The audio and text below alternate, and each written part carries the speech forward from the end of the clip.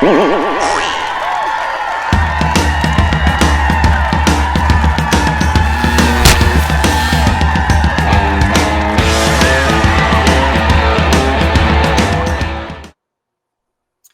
everybody. Welcome to another Comic Source Comic Boom collaboration. Here to talk about Trial of the Amazons week number 1. We got part 1 and part 2 coming out today. Part 1 in Trial of the Amazons, number 1 of 2. So I guess it's going to be a bookend series. First and last chapters will probably be in Trial of the Amazons. And then part 2 is actually in Nubia and the Amazons number 6, which is a limited series. And this is the final issue. So... Rocky and I were just talking about it. Kind of a strange choice for DC to do this, to put it in the final issue of a limited. But I will say, if you haven't been reading Nubia and the Amazons, I think you can pick this up and read it as part of the Trial of the Amazons and not be lost. That is true. That is true. It makes sense. But, some of the scenes, like, why is Medusa human and not green with snake hair? Why a little bit of the animosity that some of the Amazons have, relationships they have with each other, the context might not be there. Yeah. So, but I do sort of feel like maybe this is wrong for me to feel this way. I do feel like anybody interested enough in reading Trial of the Amazons was probably reading Nubia and the Amazons anyway. I mean, Amazons in both titles. Nubia and the Amazons has been the best kind of Wonder Woman corner of the DC Universe centric title that's been coming out. It's better than Wonder Girl. It's better than the regular Wonder Woman title. Yeah, it's been the best one. So it has, yeah. So I do kind of feel like, but it is a little bit of a strange choice.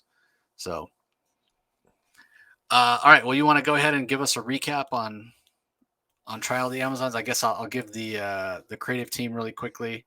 Sure. Yeah, so I should say before I do that, like you were saying that you saw some advertisements and things had already been spoiled. It's like I live in the world of comics. Obviously, I didn't see anything about it. It wasn't spoiled for me, but I didn't go out of the way looking for it necessarily. Have been really busy lately on things, so maybe I just missed it. It was just for preview copies, and it was in some articles, and it was in some previews for Nubia and the Amazons number 2, because the first few pages of Nubia and the Amazons issue 6, the first few pages opening issue spoils who. It definitely. Well, I mean, I knew that the whole Trial of the Amazons kicked off with a murder, which when I heard that I was like, wait, what? Because I heard Trial of the Amazons, I thought it literally was going to be a series, an event about, the Trial of the Amazons. I didn't know it was like, so the whole murder mystery part did throw me for a loop, and I was kind of surprised. But I don't go to sites and look at preview kind of stuff.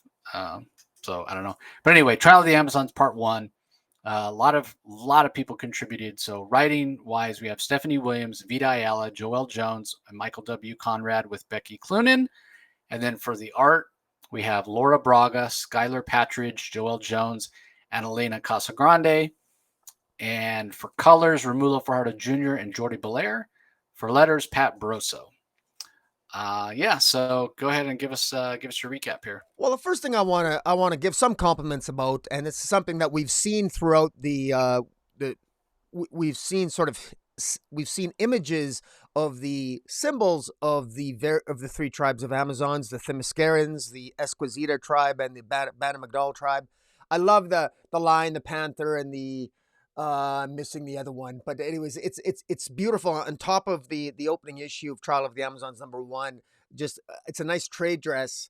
It shows all the various symbols of the 3 tribes. I think it looks really cool with the Wonder Woman logo, the W in between. I think it looks really nice. So I really like the trade dress. It looks pretty cool, and I like Trial of the Amazons. Just so visually, I think it looks pretty cool. And great cover art for cover A. Now there are. One of the things that following this along, I do think that this first chapter of Trial of the Amazons, I wish this was a little bit more new reader friendly, because I don't find it particularly new reader friendly, and I think it actually needs to be more new reader friendly than it comes across. But I think I think it's serviceable enough. I um the concept here of Trial of the Amazons is essentially, we've known that Doom's Doorway, which is located in Themyscira, Doom's Doorway is creatures are leaking out of Doom's Doorway. And so essentially Trial of the Amazons, this involves the three tribes of Amazons getting together to have a contest to decide who the next champion is going to be. Now, what's interesting, or rather what's almost a little bit underwhelming for me about this whole Trial of the Amazons, is that the whole central premise of this is, this opening issue is all the Amazons getting together, all the three tribes getting together and showing that there's animosity. There's animosity between the Bana Magdal tribe, led by Queen Faruka, who resents the Themyscirans because the Bana Magdal tribe was sort of banished like centuries ago, and she still hasn't gotten over it. And they have a tribe in Egypt. And then in the middle of this issue, the Esquizita tribe shows up, and apparently Nubia's never heard of the tribe before. She wasn't even aware of it, and it's very jarring. How can she not be aware of it? We've got the floating embassy island of Themyscira, which is a nice callback to Steve. That was Steve Orlando's contribution as writer to Wonder Woman, having Themyscira having a floating diplomatic sort of castle outside of Boston Harbor. I thought that was a nice touch to see that. So we have the Esquizita tribe showing up here with Yara Flor wanting to make a mark for themselves, and Nubia is just so welcoming, and Queen Faruka has an objective here. She essentially wants to be queen. Let's be blunt. Queen Faruka of the Bana Magdal wants to be queen. And at the banquet here of this Trial of the Amazons, which is setting everything up, is she challenges Queen Nubia, who's the acting queen, because Hippolyta shows up here. Hippolyta, returning from her adventures as a member of the Justice League. She shows back up here, and all the Amazons are present, including Wonder Woman. And Queen Faruka and Wonder Woman, they almost get into a little bit of a squabble and a fight, and but really, this is all a bunch of women walking around. This entire issue is a bunch of beautifully gorgeous women. I mean, I like the art. I think the settings are gorgeous. We got the floating island of floating embassy. We've got the Colosseum in Themyscira. It looks gorgeous, looks beautiful, and kudos to the art. Very well done. It's just, I wish it was a little bit more exciting, because this is just all a bunch of talking women. There's no action, and that's what I find so disappointing. And like, don't get me wrong, I'm looking forward to what's gonna possibly result from this, but it's a little bit frustrating. I also want to say here that, and just to continue setting things up, the idea that the idea is to have these three tribes of Amazons ultimately get together and have a contest where the winner of the contest gets to be the champion and guard Doom's Doorway. Well, I thought we already were doing that with Nubia issue 1. I thought that the whole Nubia series was to establish that. And we had Medusa essentially rescued / escape from Doom's Doorway and then go back in, and then rescued by Nubia and Queen's Doorway. And Medusa is no longer this snake-haired creature. Medusa is now part of Themyscira. Medusa is now an Amazon, a Themysciran Amazon, coming back through essentially from Doom's Doorway, and she's because she was a former victim. But they still need to have somebody guard Doom's Doorway. And what's really odd here is that all these Amazons get together, and Faruka challenges Queen Nubia and says, "Look," and Queen Nubia accepts the challenge, basically being that, "Look, I, as Queen Faruka, I wanted that whichever one of our champions, each tribe will appoint a contestant, a champion, and the winner, whichever tribe the winner is from, gets to be the queen of all the Amazons." And so Queen Nubia accepts. But there's a number of things that don't quite make sense and really frustrate me. And one thing in particular, and that is, we still don't know who the queen of the Esquizita tribe are.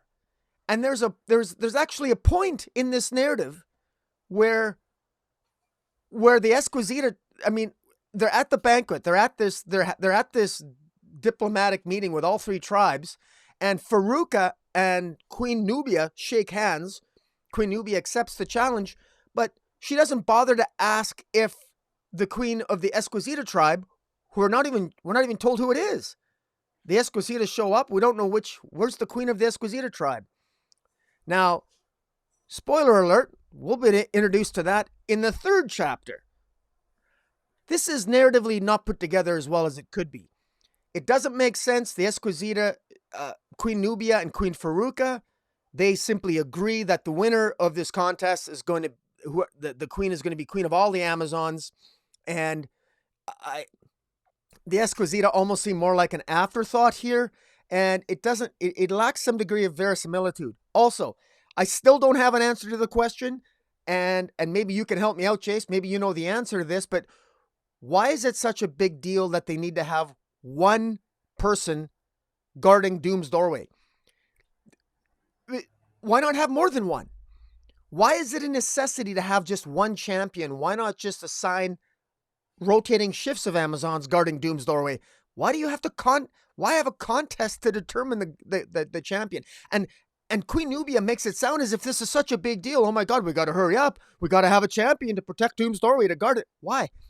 Because while we're waiting for this contest to take place, there's a member of each tribe, the Esquisita tribe, the Banamagdal tribe, and the Themysciran tribe of Amazons. They each appoint someone to guard Doom's doorway while they're planning for the contest anyway. So why have a contest? Why not just leave 3 guards instead of having a contest to only have 1? This is never explained, and it was never explained in the first 3 issues of Nubia. This is what doesn't make sense to me. And it's not an answer to say it's tradition. That's not an answer. That's a poor answer. Give me an answer that makes sense. So I don't feel the gravitas here. I don't feel why this is a big deal. I know that we've had things escape Doom's doorway, but we haven't really.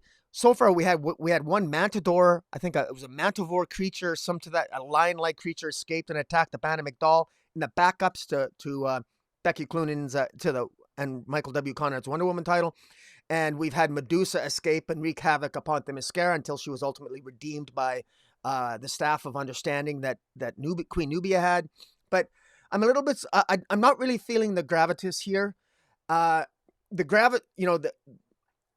If this was just a contest, I'm not really feeling that. However, at the end of this issue, what this first opening chapter does is that it establishes that there's tension between the tribes, that they don't, let's face it, they don't hang out. The Esquisita has never met the Banamagdal tribe. They've never met the Themyscirans. The Banamagdal resents the Themyscirans to begin with. There's clearly tension when all of them initially meet. Yara Flora is cocky, saying, hey, who runs this joint? Yara Flora, the Wonder Girl. Cassie Sandsmark and Donna Troy are with the Esquisita tribe. So clearly there are tensions here as Queen Nubia addresses them all at a banquet and states what the rules are for this contest. We're all going to appoint someone, and Queen Faruka issues that challenge, and the queen of the winner is going to be the queen of all Amazons. I don't quite understand why they would agree to that, but that's interesting. There's a lot at stake, so the stakes are raised in that respect. And there is some intimate moments here between Hippolyta and her lover Philippus, and that, of course, is sort of almost like foreshadowing the tragedy of the big reveal at the end. And ultimately, that is Hippolyta is found by Nubia to be poisoned. And the big death at the end of this issue is, unfortunately, the death of what appears to be Hippolyta appears to have been poisoned by unknown forces. I've got some. This was so many people talking to each other. This was all set up, this issue. This was almost no action. And the disappointment I have in this opening issue is that I don't think this is going to pull a lot of readers in. Maybe you'll disagree with me, but the setup should have come before this with just a quick synopsis at the beginning in 1 or 2 pages. And there should have been action right away, because you want to pull in readership. You don't want to, I fear, I hate to say this, I hate to put it so bluntly, but I fear that some people picking this up might be so bored to death in this opening issue. Why would they come back for more? And I'm not sure if the poisoning of Hippolyta is that big a deal. We've had Hippolyta die before in War of the Worlds. She's had spectacular deaths in the past in DC. This is probably one of the most boring, underwhelming deaths that I can think of to cast this off. I'm not even sure, I'm not even clear who would want to kill Hippolyta. And I'm not even sure if, presumably something escaped Doom's doorway. We know that these Amazons, some of them are acting more aggressive. Maybe there's nefarious or malevolent spirits that are escaping Doom's doorway. I'm not really sure what it is, but so there's a lot of potential here. I got a lot of questions. I'm curious as to how this is going to resolve, who's going to win the contest, what queen is ultimately going to rule the Mascara, or pardon me, rule all the Amazons, not just the Mascarans, but the Band of McDowell and the Esquizita tribe. There's a hell of a lot at stake here. And now we've got the death of Hippolyta, which is odd. Hippolyta is not queen, so I'm not sure what the motive would be killing Hippolyta, who's not queen anyway. It's so again, I got some questions here, and I'm not really sure if this is really going to pull the readership in as I would like it to be. I'm a longtime Wonder Woman fan, so I'm invested in this, but I would be curious to know your thoughts because I don't know if you're as big a Wonder Woman fan as I am. Well, I'm not, but yet I agree with your assessment about not being new reader friendly, and I think that goes hand in hand with not much action here. So I'm not a big Wonder Woman fan, um, I've read respective to the other members of the Trinity, or even if you want to throw Harley Quinn in there as the fourth pillar, because I once upon a time read every single issue or every single appearance of Harley Quinn in the DCU up through like 2014, 2015, which is part of the reason I don't like Harley because I kind of like, when you have too much of something and then you don't want any more of it ever. But I've read way more Harley, Batman, Superman than I've ever read of Wonder Woman. That being said, I found this first issue compelling, but I can completely agree with your point that there's not action. There's no real fighting here. There's not anything that's going to pull somebody in to say, "Hey, I want to check out a badass Wonder Woman comic."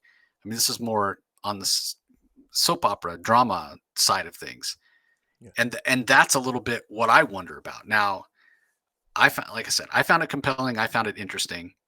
I obviously am not a woman. There is I guess we'll call it a cliche, um, about how women can't get along with other women, as opposed to guys. I mean, there's plenty of examples of guys that don't get along with other guys, right? I mean, Yeah, I was going to but for mention that, some, but I thought, no, I won't go yeah, there. But thanks. yeah, but yeah, it's a thing, right? Yeah. Like you see it on reality shows, especially. And again, if there's anything we can say about reality shows, we know they're not reality. The producers are cutting that together to make it look worse. That women don't get along, they get catty, they're petty, whatever, Well, right? Jace, are I you don't think referring there's to are you referring to the exchange between Wonder Woman and Queen Faruka in this comic? Because I thought it was like two catty high school girls yeah, yapping at each I'm other. I thought it was I'm embarrassing to the character. I really did. I don't mean to be cruel, but I thought what a I can't imagine I'm Wonder Woman. referring to I'm referring to a lot of moments in this where people could I could see people saying, "Oh, well, again, the majority of the creative team here are women." So I mean, I'm not going to be one to say no, don't portray them that way, but I it was something that I noticed. I was like, is this really the way? I mean, first of all, I'm sure that they're purposely Queen Faruka is extremely unlikable. Extremely. Like all I Yeah. could think about is you haven't been there in a long time and you come in with all this bluster and all this braggadocio looking you're spoiling for a fight. This is not the way. This is not reflecting good on you. Like if you want to be a queen, somebody who shows wisdom and uh good judgment or like no, I intensely dislike this character. The other thing about it is, so is she married to Atlana? Because Atlana is referred to as queen as well. No, they're joint queens. Queen Atalanta and Queen Faruka are Yeah. joint queens of But the yet Band of McDowell. I should have said. Atlanta has a much, more level head, and Yeah. but yet she lets Faruka seemingly call all the shots. So I thought that was kind of interesting. And yeah, you're not doing yourself any favors. I mean, I get it. Like you've been banished, you're holding a grudge, and it's not like, you know, this isn't a situation with like let's use Aquaman, the world, kind of that part of DC as an excuse, right? Like the Zebellians who resent, that they were initially a penal colony and now, people that did nothing wrong, but they're just descendants of and still have animosity for Atlantis. They're not the actual people, right? Because they're not immortal like the Amazons are. Yeah. So, am I to believe that like Faruka, it's not like, oh, I'm mad because my tribe was banished and I don't have anything to do with it. You remembered because it's still you. Like you remembered being banished. Yeah. So I can get kind of the animosity to her, but she doesn't come across as somebody that I would follow. Yeah. She doesn't come across well. And yeah, I agree with you. Diana allows herself to be provoked, which is Yeah. is sort of interesting. And Um, it's worth pointing out, Chase, that there was a major screw up here. The word balloons are given to the wrong characters. On the page that I'm showing here in the conversation between Diana and Queen Faruka, they got the word balloons mixed up. The words of Queen Faruka are pointing to Diana and vice versa.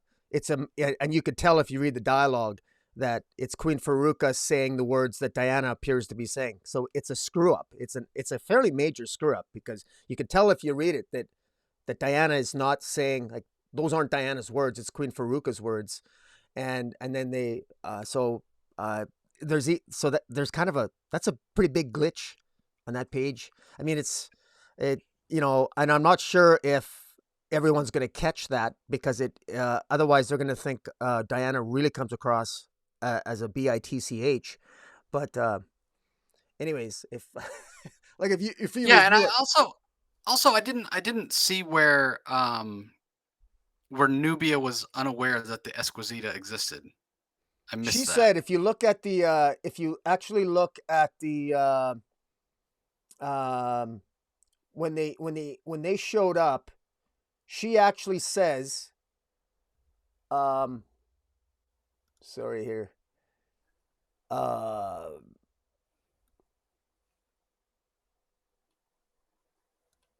let me see here. Yeah, because I looked for it. I I can didn't. it says she says and it's right here. I can see you're personalizing this when she's talking to Diana. No one knew they were out there. Their arrival is of concern, but if it's true and they are Amazons, their return to the Isle is not inappropriate. Now is the time to listen and understand.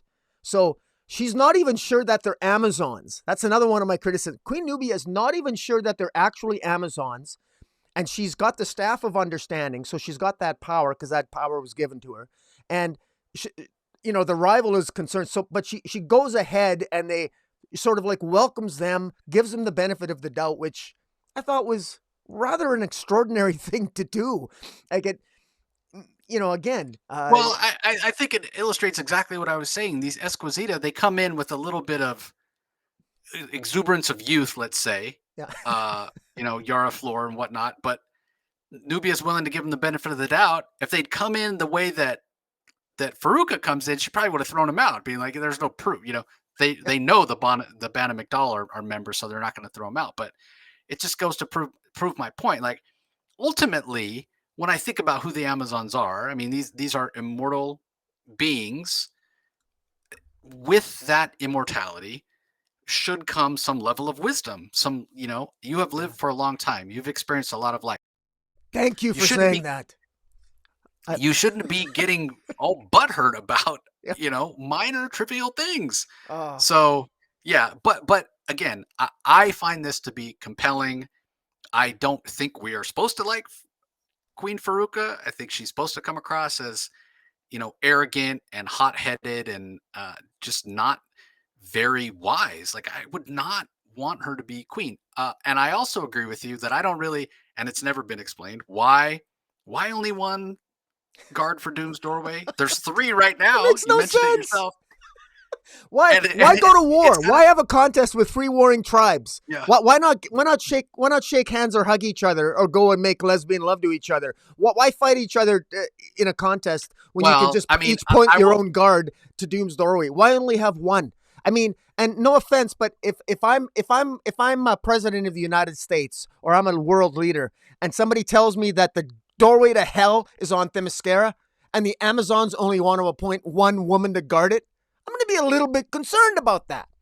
I mean, come on. Like, I mean, am I making too much of a big deal out of this? I mean, Yeah, I mean, I think you are a little bit. You said don't tell me it's tradition, but I mean that the fact of the matter is it is more. I mean, and tradition means more to the Amazons again because they're immortal. I think tradition means more to them. And so, but I just found like the more important aspect in my mind of this trial now is the fact that whichever tribe's champion wins, that they're going to be the queen. That's the more important. It's Yeah. like somebody who, you know, sets somebody up, like set up a bet or something with somebody, and then after the bet is already agreed upon, they go, oh, we're going to bet $100, let's say, for over a particular something, and then at the end they go, oh, by the way, you know what, I'm going to throw in this and you throw in that, and it's the throw in that the person really wants. Yeah, They make it exactly. seem like it's an afterthought, but really that's what they really want. You got to, I mean, Queen Faruka doesn't care that much about who guards the doom's doorway. She's about wanting to be the ruler, and I could only imagine she would turn around and banish everybody who's on Themyscira.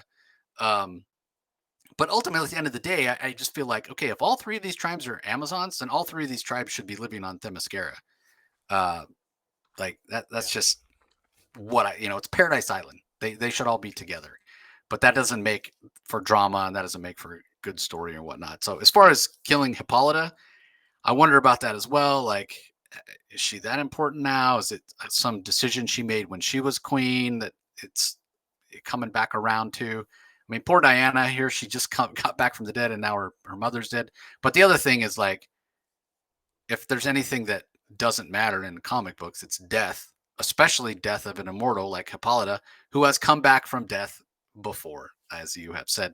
Yeah. And Diana should be like, well, I just came back from death, so my mom's dead. Why am I even crying? Let me go get her. You know what I mean? Let me go to Yeah. the underworld and let me literally go to the underworld and get her.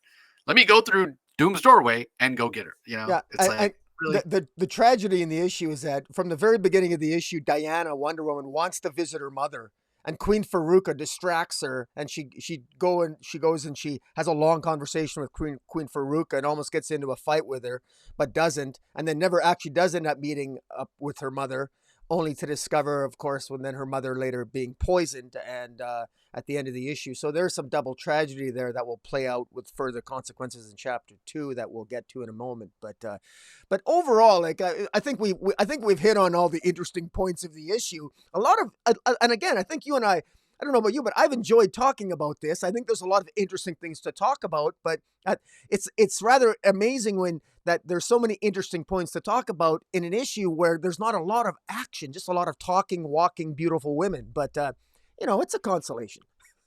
Yeah, I mean, it's 100% true, and yeah, I just, I don't know.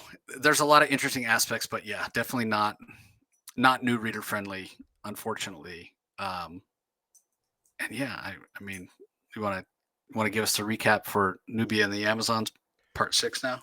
Well, sure. I'll just bring it up here. Um, One more thing about yeah, go ahead. before you give us a recap. Yeah, you mentioned about how the tragedy being that Diana wanted to visit, and Farouk was like, "Ah, you can go talk to her anytime." Like, that was maybe the moment where I disliked Faruka the most, and I don't know why Diana didn't just give the Amazon equivalent of "go f yourself." I'm gonna go see my, like, what? I don't have to listen to you. You're nobody but just an angry, bitter woman. Like, I'm gonna go talk to my mom. I'm Wonder Woman. I'm gonna go do what I want to do. Like, yeah, that didn't really ring true to me either.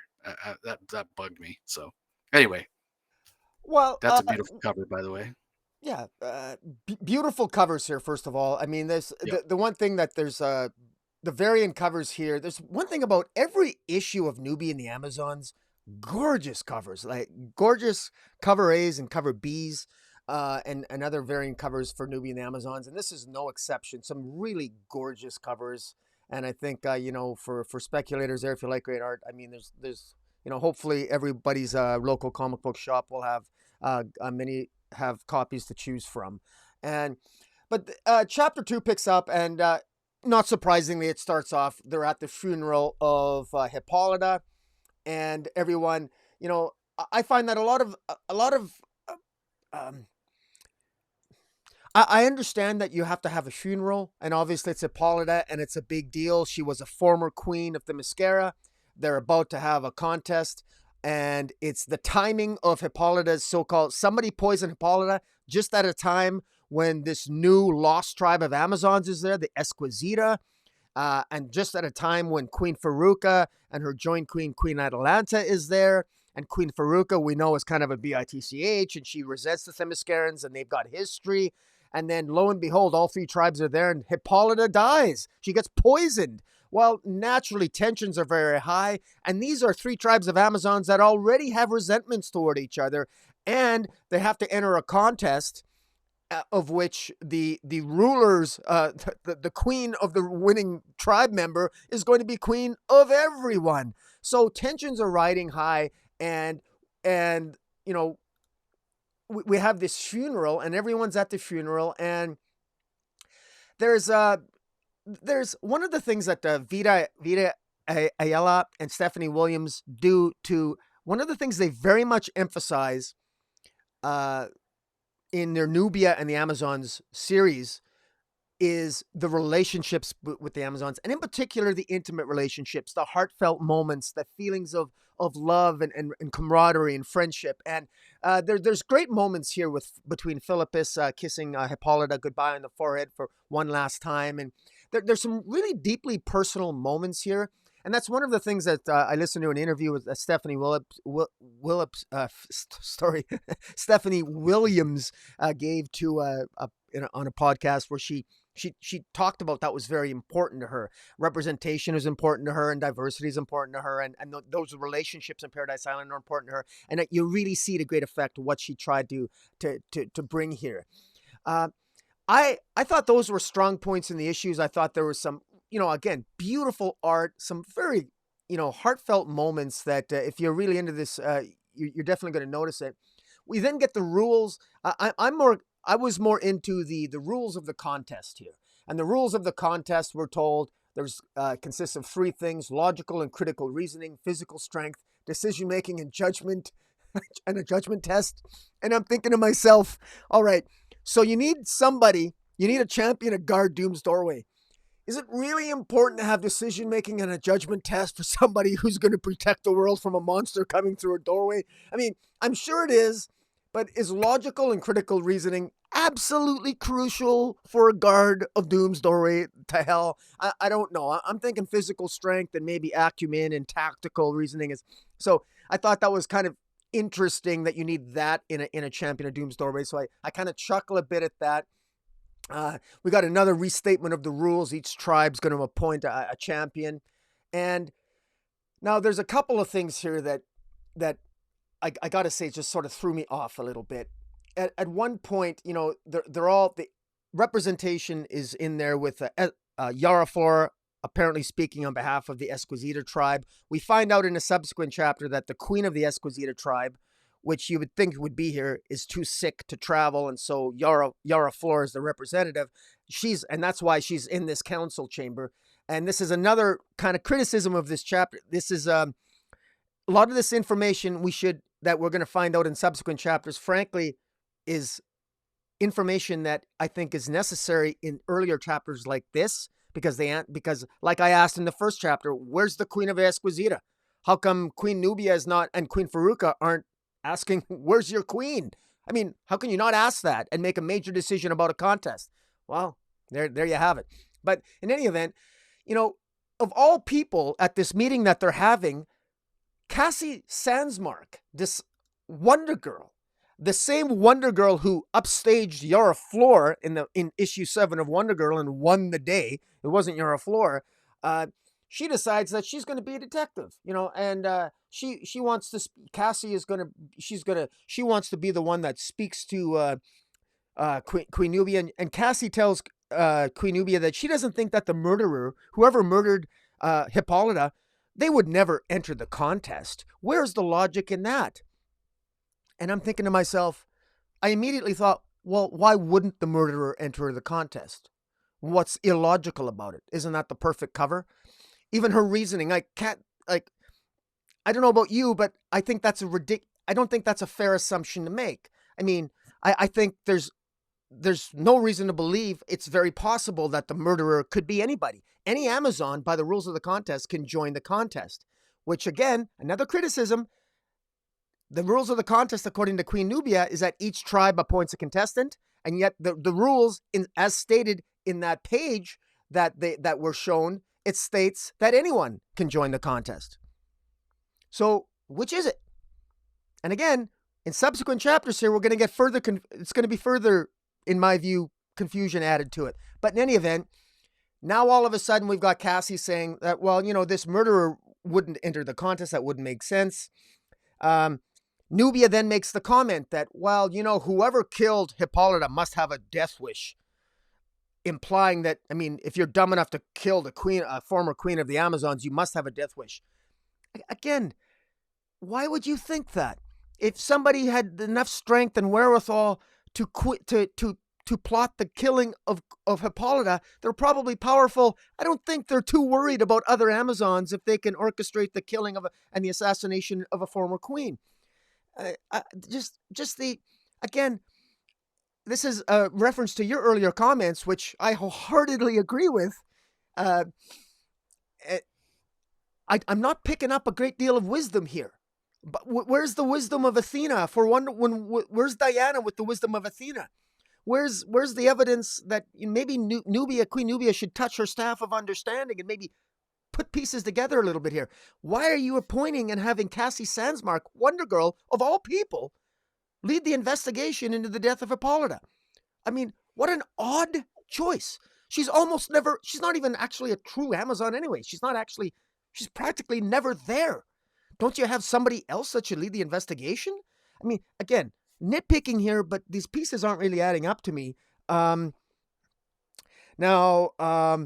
tension between the Themyscirans and the Bana Migdal tribe continues to build to a head here. There's one scene where there's the Bana Migdal tribe actually shoots an arrow through some of the Themysciran Amazons, and tempers get raised, and there's a suggestion that maybe there's some manipulation or some spirits elevating the moods in a negative way, that implying maybe is something leaking from Doom's doorway. There's hints of that near the end of it. Medusa, Medusa, who is, of course, when we say Medusa, for those people who are just coming into Trial of the Amazons Part 2, Medusa is, of course, that used to have snakes for hair, and you'd look at her, you'd turn to stone. Medusa was redeemed and is now in human form, and she's now a full-fledged Amazon. But Medusa reveals that the force that pulled her when she was in Doom's doorway, that called to her and pulled her out of Doom's doorway, was a force called Aperion. Now, what's the significance of that? I don't know. One of the issues that many of us readers have had is, well, is Medusa good or bad? Why is Medusa a force for good now? Is she going to, is she a force for good? Is she going to be redeemed? Is she going to go back to being evil? What's the mystery surrounding Medusa? There's a scene here where before Diana asks Queen Nubia at the end of this issue if she could use the magic lasso to determine who the murderer is.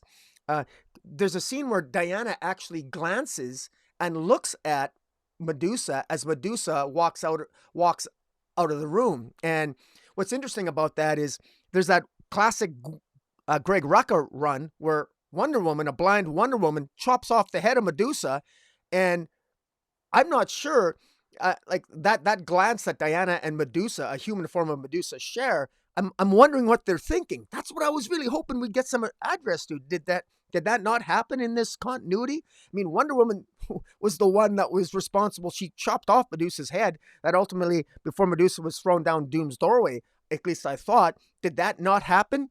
Vita Ayala and Stephanie Williams have never really addressed what continuity they're working with. I think that should have been incorporated here in order to create more tension between Medusa and Diana. Instead, all they did was exchange glances, and it was like, what are they thinking? What's the continuity? Is there any history between these characters? Is the Greg Rucka story incorporated in this or not? I'd really want to know the answer to that question, because that was an awesome storyline. And in any event, it ends with Wonder Woman doing something very wise for a change. She basically says to Queen Hippolyta, to Queen Nubia, saying, look, enough of this. I got the magic lasso. I wrap it around people. They tell the truth. Let me just go wrap it around every Amazon, and let's call it a day. We'll find out who the murderer is, and we're done, and we can Hell of move a day. on.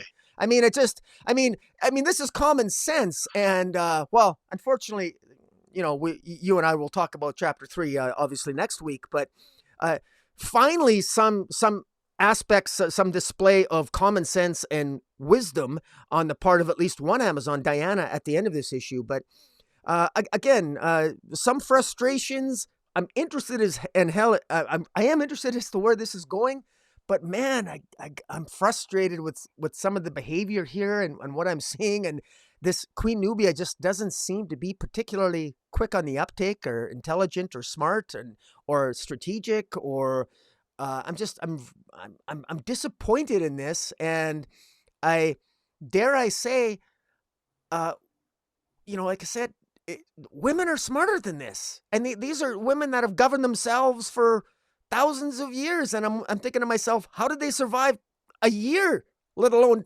thousands of years? It's like, come on. Anyways, I don't know. Yeah, What do I you think? mean, I think yeah, Nubia here is much less decisive than we've seen her, even in previous issues of this Nubia in the Amazon series. And when we've seen, saw her previously, she was much more decisive, and here she's not. Um, Now, as far as the remark about, I don't think the person who killed uh, Hippolyta would enter the contest. I kind of scratched my head at that one too, but it was Cassie Sandsmark, so I was like, whatever, it's Cassie. She doesn't really know what the heck she's talking about anyway. And then Philippus is the one that said, "Yeah, somebody has a death wish." I can understand the folly of that statement because she just lost her beloved. So Yeah, I was willing to kind of sweep those two under the rug, but yeah, when Nubia's like, "Oh, Cassie, you want to be in charge of the investigation? Sure, go ahead." I'm like, "No, Wonder Woman. Diana's going to be in charge of the investigation because she's got the most experience, both as a member of Justice League Dark, as a member of the Justice League, having fought as a crime fighter for, decades. Plus, she has the lasso." I was like, yeah, just like even before that scene at the end, I was like, "Yeah, why doesn't she just go around?" Now we know what's going to happen, right? Like the Bonham McDowell are going to go, how dare you disrespect us? It wasn't one of us. You can't use your lasso on me, blah, blah, blah. That's just bullshit. Like, yeah. everybody line up. I don't care if Themyscirian, Esqueda tribe, Bonham McDowell, doesn't matter. Everybody line up, and we're going to find out right now what Yeah. happened. Now, I will give my theory of what I think may have happened. In which case the lasso would reveal nothing.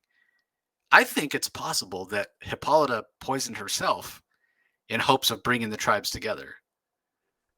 That's my Well, wild uh, theory. and it should be noted that in the backup to Wonder Woman, the backup stories of Becky Cloonan and Michael W. Conrad's Wonder Woman, the stories that are written by Vida Ayala, we know that Hippolyta and Queen Atalanta and Artemis know a secret that no one else knows, and they don't even tell. They don't even tell Diana, and they haven't told the rest of the Amazons what that secret is. And so there is a secret that they're aware of that no one else knows. And now one of those three people that knows the secret, Hippolyta, is dead. And that leaves Queen Atalanta. And I don't think Queen Atalanta has told her joint queen, Queen Faruka, what she knows, whatever that secret is. But Artemis is aware of it. And so Queen Atalanta and Artemis, I think there's actually one more that knows the secret, but we don't know what it is. And so maybe you might be right. Maybe it's sort of tied up with this idea of sacrifice and a necessary sacrifice for the gods or something. And Queen Hippolyta took one for the team, so to speak. Uh, but I mean, we'll have to wait and see what it is. But I mean, so the seeds are there of a secret that we're as yet unaware of. So you might be onto something. Yeah, and again, not much action in this issue either, but they're definitely a little bit of cattiness, not as bad as the first issue. I also like the fact that it's one single artist, Yeah. because although I thought overall the art for Trial of the Amazons #1 was pretty solid, there are times where it jumps from artist to artist that it pulled me out of the story, especially when Joelle Jones' art hit the page for the first time because her art just looks so different from everybody else's. It was really jarring. Um, Yeah. So yeah, I like that this is all Aletha Martinez art. So, Yeah. but yeah, I mean, I'm interested. Um, Well, it's funny, it's but it feels like it's like watching a female version of Animal House, because it's like three sorority three sororities hating each other, going to town, and somebody gets murdered or somebody gets pregnant, and they're wondering who did it, and it's like, I mean it's I don't mean to I'm entertained. I'm entertained. I'm asking.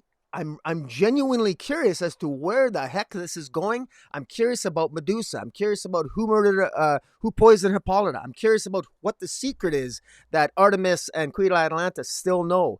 I'm curious as to who's going to win the contest, even though I laugh at the fact that who cares. I mean, whoever wins the contest, you can still have more than one guard, can't you? And in any event, I'm curious as to where this is all going, because we only got like 3 chapters left. I think there's only 5 chapters, but in any event, I'm entertained by this. I find this not as I don't. It's funny, the difference between this and War on Earth 3. War on Earth 3 is so action packed. It's almost more action than anything else, and that's awesome. This is a much more of a sort of like it's a very different tone and paced event as opposed to War for Earth 3. So I think if you want more character based, sort of much slower, like I was going to say it's talking heads, but it's talking gorgeous bodies and heads. If it's going to be talking heads, why not Amazons? They're beautiful to look at, and there's a lot of diversity of beauty on these pages, and great art. I just wish that I just wish they were showing just a little bit more of that Athena's wisdom that they worship to all the time. yeah, and I'm still trying. So I know that the Themyscirians are the lion. That's their symbol, and the Esquisita are the panther.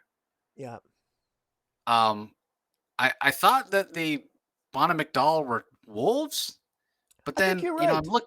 I'm looking at that cover for Nubia that you have on the screen right there, and Yeah, we see the scales there. There's a lion fighting some gray creature, which could be a panther. Panthers are typically like gray or black, but then the other creature is clearly not a wolf because it looks more like a cheetah, um, which would make that a panther fighting the lion. So is it lion, panther, cheetah? I mean, I'm trying to look at when you look at the symbols, that middle symbol looks much more like a wolf. yeah, So yeah, I think it's lion, wolf, panther, and I think that is supposed to be a panther. Um, I know there are panthers that aren't black or gray, but I don't think they have spots. So anyway, maybe there'll be some information somewhere that I can. Oh yeah, there you go. yeah, yeah. I brought Wolf. it up Yeah, on the wolf. screen. Yeah, It's the yeah. So it is Themyscirian wolf. lions, the Banded Okay. McDowell wolf, and the Esquisita jaguar. Jaguar. Okay, so not panther. Jaguar. Okay, that makes sense. Yes, Yeah, jaguars do have spots like that. Okay. Yeah, yeah. that There you makes go. sense. Yeah, I thought I'd bring it Okay, up. well there we have it. Yeah, so I mean we're in. Is it perfect? No. If the action ramps up and it ends up being a really great story, I'll be willing to overlook a little bit. I mean, and we are nitpicking on some of this stuff. Yeah. But yeah, the biggest drawback I would say is something you brought up, which was yeah, this is not new reader friendly, which is unfortunate. Yeah. Because It I would have think really benefited from 2 or 3 pages of just a good history of the Amazons, just full on exposition. It would have really, really helped, because and that's one of the things that and I just put it on the screen. I think that's why in the advertisements, DC had this full page advertisement explaining there's been a murder in Themyscira, and it actually explains in a lot of the comics, exactly what's going on outside the narrative itself. So if you've been, so DC has done a decent amount of advertising for Trial of the Amazons, and as this page I'm putting up clearly shows. Uh, Unfortunately, though, it's something that ought to have been in the narrative, and in order to make this thing probably work better as a trade when it ultimately comes out as a trade, unless I mean, I certainly hope they add some exposition and explanatory notes in the trade, because most people aren't like you and I, where we've been reading everything leading into it. So Yep, exactly. But that's going to do it for this episode, everybody. Don't forget, if you're looking for the rest of the DC stuff, it's in our other episode we released today, DC Spotlight. So go and check that out. Also, yesterday, my interview with J.H. Williams dropped. Today, I had an interview with Tim Seeley that's out. So, yeah, lots of great content on the Comic Source. Be sure you're subscribing to the audio only Comic Source. Just go to your favorite podcasting platform or app on your smart device and do a search for the Comic Source and subscribe. If you're listening to us on the podcast and you want to check out the beautiful art and see Rocky and my smiling face, and also check out all the other content that Rocky puts out, just head over to YouTube, do a search for his channel, Comic Space Boom ! Ring the notification bell, like this video, and subscribe so you don't miss out on any of that great content. So that's going to do it for this episode, everybody. We appreciate the support as always, and we'll talk to you next time. see you later.